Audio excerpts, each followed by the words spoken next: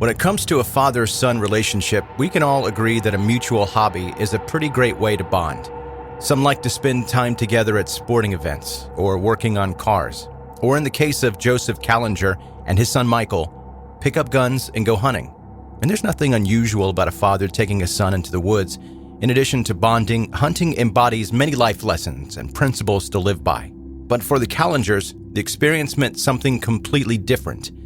They were not after common game animals. They were hunting humans.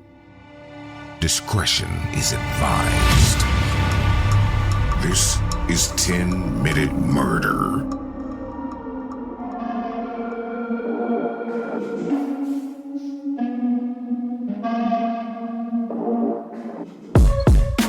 Welcome to 10-Minute Murder, brief and bingeable true crime. My name is Joe, I'm the host, and I really appreciate you listening and joining today. Of all the true crime podcasts that you could be listening to, you chose this one. And one of you listening reached out and mentioned that there was an episode way back, early on in the podcast, where I mentioned that you could listen on Alexa. And when I said it, it triggered their device. And I'm glad now that I know that happens, because the last thing I want to do is to get that motor mouth going. When she starts going, you can't stop her. And it would be a shame if I accidentally said something like, Alexa, read my internet search history. Did that work? Somebody tell me if that worked. A lot of awkward conversations are going to be had today. JK, I don't think that works. But just in case, Alexa, subscribe to 10-Minute Murder. You're welcome. Now let's get to today's story.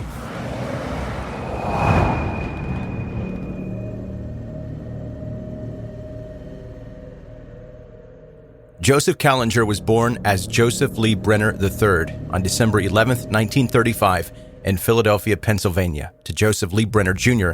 and Judith Renner. Soon after, as his father abandoned the family, Judith put her son up for adoption. 2 months before Joseph's second birthday, an Austrian couple, Stefan and Anna Kallinger, took him into his new home, which unfortunately was not an improvement in the little boy's life in any way. The way Joseph was treated by the Kallingers makes you really question why Stefan and Anna even wanted to adopt a baby, or how on earth they were approved as adoptive parents in the first place. It seemed like the only qualification you needed was to be Catholic, no matter how much of a human piece of garbage that you were otherwise. The Kallinger household was anything other than a nurturing and loving environment. The words cruel and sadistic are more fitting. Joseph never got to enjoy normal childhood activities like riding a bike, having birthday parties, or even playing with other kids. Instead, Stefan and Anna forced him to work in the shoe shop after school and on weekends to train him to take over the family business. And they were violent. Anytime Joseph would do anything that his parents thought was out of line, they would hit him with a hammer, whip him with a cat o' nine tails, burn him and starve him and force him to eat excrement. Joseph also spent hours locked inside closets or kneeling on jagged rocks. It seemed like nothing pleased Stefan and Anna. Everything Joseph did was wrong. One time, Joseph was punished because he had learned the F word from other kids. Without even explaining what the word meant and why it was not allowed to be used in their home, his father beat him up with a leather strap and his mother with a wooden spoon. Joseph was also grounded for a week, during which the beatings continued.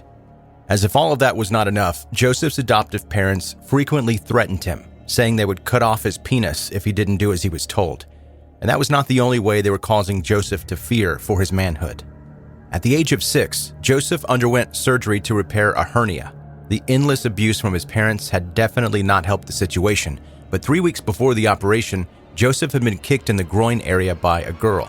Of course, Stefan and Anna blamed their son for what happened and even said that after the surgery, the doctors had also operated on his bird, meaning his penis, so it would stay small and not work for the rest of his life. According to Joseph's parents, this way, they prevented an evil spirit from taking over their son's bird and causing him to do bad things with it. Keep in mind, he was 6 years old. At 8 years old, he was hit in the head multiple times with a hammer by his mother just because he wanted to go on a class trip to the zoo, because clearly seeing some animals would ruin the boy. Not long after, Joseph was sexually assaulted by a group of older neighborhood boys. He was held at knife point while one performed oral sex on him. According to Joseph himself, this incident traumatized him immensely and resulted in him beginning to associate sex with violence. Soon, Joseph was not even able to get aroused anymore or achieve orgasm without a blade nearby. Knife play itself, it's risky, and I'm not trying to kink shame here. It's not wrong. as long as the parties are consenting. But Joseph eventually began to start with cutting and stabbing pictures of naked women. That's a little bit alarming in itself, but on top of that, at this point, Joseph started to hear voices telling him to stab actual people. The ingredients for a recipe for disaster were beginning to pile up. However, despite his horrible upbringing, Joseph had dreams, and after his lead part in the school play A Christmas Carol, Joseph wanted to become a playwright. And as unbelievable as it sounds, his parents actually allowed him to attend theater on Saturdays. It was there where he met a girl named Hilda Bergman. Of course, Stefan and Anna did not approve of the relationship between the two, but Joseph didn't care and ended up getting married and having 2 children by the age of 17.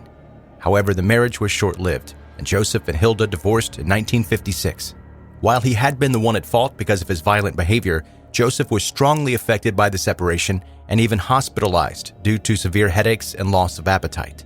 However, it did not take him too long to get back on his feet. On April 20th, 1958, Joseph married his second wife, Elizabeth, and eventually had 5 children together with her. But unfortunately, Joseph continued on the same path, being extremely abusive towards his family and often using similar punishments on them as he had suffered as a boy at the hands of his adoptive parents. 2 of Joseph's children would later testify that their father had a torture chamber in their basement, equipped with a kerosene lamp, ropes and shoe soles, straps, rubber hose, and a cat o' nine tails. Whenever an itch in his hand told Joseph that they had misbehaved, he would take one child at a time down for punishment. The beatings continued until 1972, when 3 of Joseph's children decided that they had had enough and went to the police. Their father was imprisoned for child abuse, but only for a short time. After psychological tests, Joseph was found to be incompetent to stand trial and diagnosed with paranoid schizophrenia. In addition, his children later recanted their statements, and so Joseph was allowed to walk free. A couple of years later, Joseph began hearing the voice of God, which, according to him, came from a head without a body named Charlie. Apparently, the voice told him to murder young boys and slice off their penises. At this point, it's a little hard to understand why this man was not receiving mental health care, but of course, things were different back then. It was 50 years ago. So, as it seemed logical to Joseph, he decided to follow the orders of the voices and even asked for the help of his 13-year-old son, Michael, to carry out his sick plans. Contrary to all reason, Michael responded sounding excited.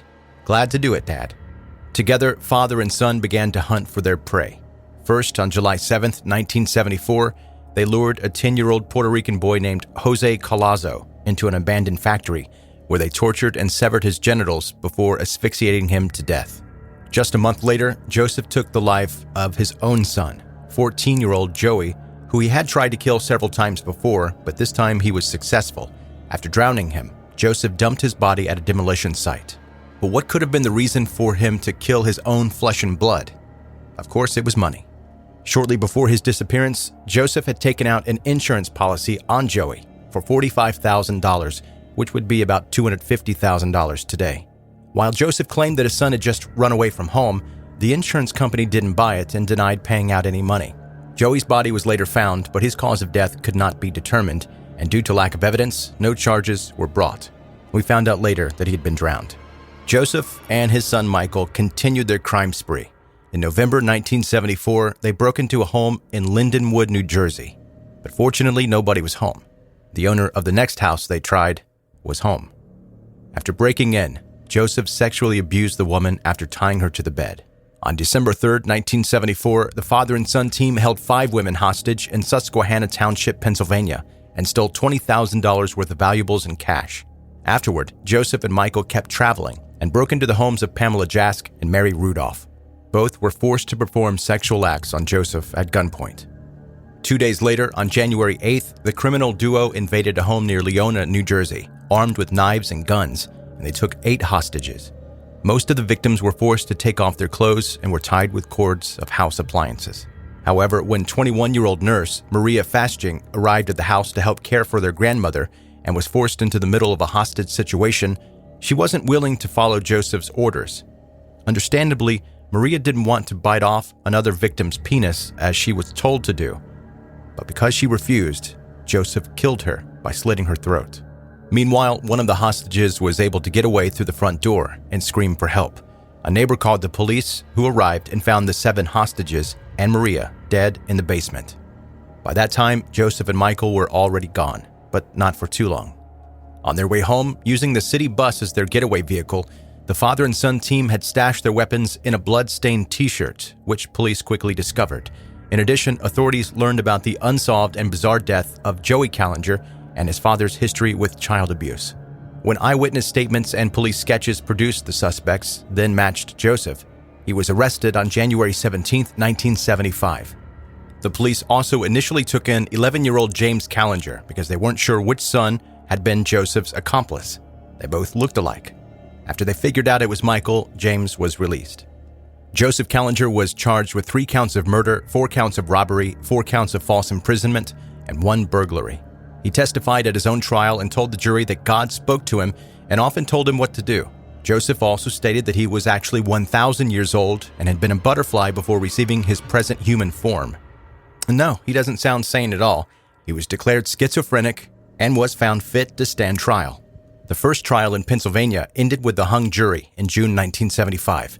3 months later, at his retrial, Joseph was found guilty of all charges, including the murders of his son and 9-year-old Jose Collazo. He was sentenced to between 30 and 80 years in prison. He was also convicted in New Jersey in October 1976 for the murder of Maria Fashing and giving life imprisonment. Afterward, when he was asked about the condition of his client, Joseph's lawyer said, quote, "I never wanted him to be acquitted. I wanted him in a mental institution for the rest of his life.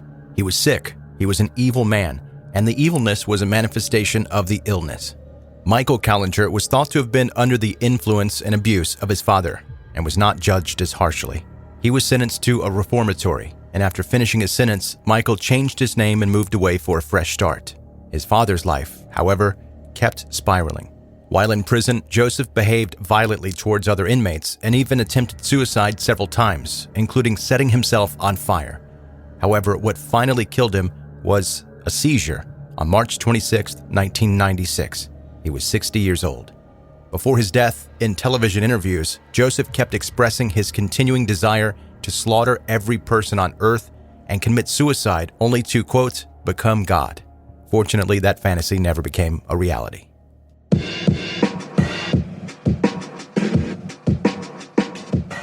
That's today's 10-Minute Murder. Brief and bingeable true crime. Thanks for listening today, and if you are brand new to this podcast, I appreciate you sticking around to the end. And if you enjoyed it, please subscribe so that you don't miss any future episodes of 10-Minute Murder. Also connect with the podcast on social media. Links are in the show notes of this episode, or just go to whatever place you want to follow 10-Minute Murder, type it into the search bar, and it'll pop right up. Lastly, if you have friends and you think they could be into brief true crime stories like this, let them know about 10-Minute Murder. And just so you know, I have received the 1 million messages asking me to do an episode on Ed Kemper. There's no way to do that in a one-part situation, so it's going to be a multiple-part thing. I'm going to try for 2, but maybe more than that. It might be a long 2, but we'll see. Just wanted to let you know what's on the horizon. Thank you for listening to 10-Minute Murder. Be safe. Have a good night.